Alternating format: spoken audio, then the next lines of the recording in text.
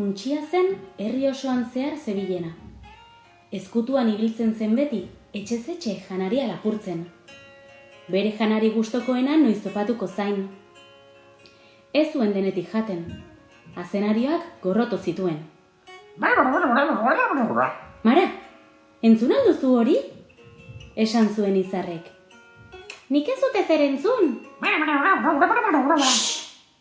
Nor dabil gure etxean? Esan zuen Mara eta izarren aitatxok. Untxia, armairu atzetik irten, eta bere sudurtxoa mugituz, tente jarri zen.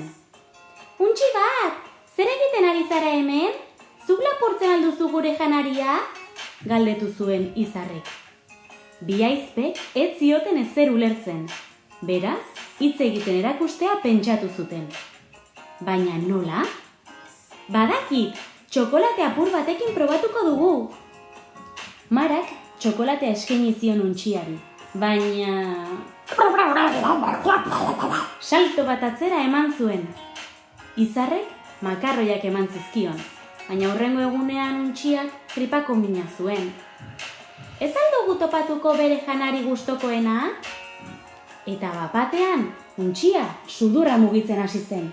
Eta belarriak, eta isatxa.